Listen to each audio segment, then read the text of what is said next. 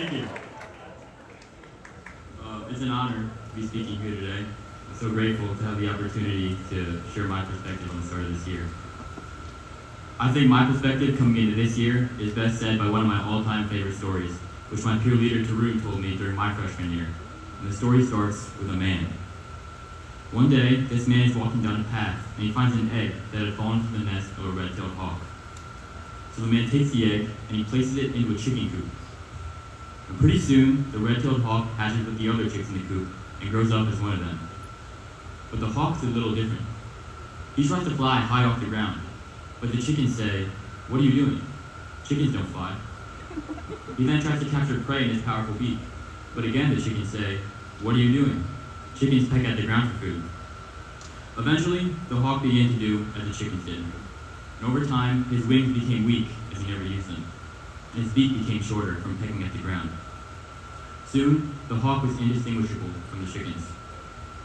And one day, when the hawk was very, very old, he saw a shadow on the ground, and for the first time in many years, he looked up.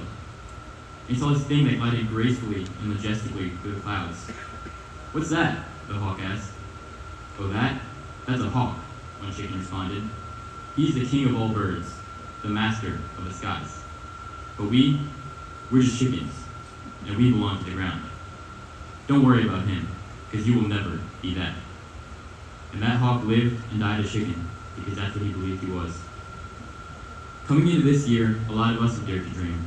We've dreamed of getting good grades, performing well on the field or the court, or the track, and forging new friendships. As red-tailed hawks, we're all capable of doing just that and more. But it's our responsibility to remind each other of our potential, because the loudest chickens are usually the one in our own minds. It's easy to tell ourselves that we can't. We can't join that club, or that we can't do well in that class. We think that's the job of the hawks, flying to the sky. But in truth, we are just as smart and just as capable as our peers. A big fear of mine is waking up a few days into summer vacation in 2024 and regretting not doing something during the school year, simply because I believed I couldn't.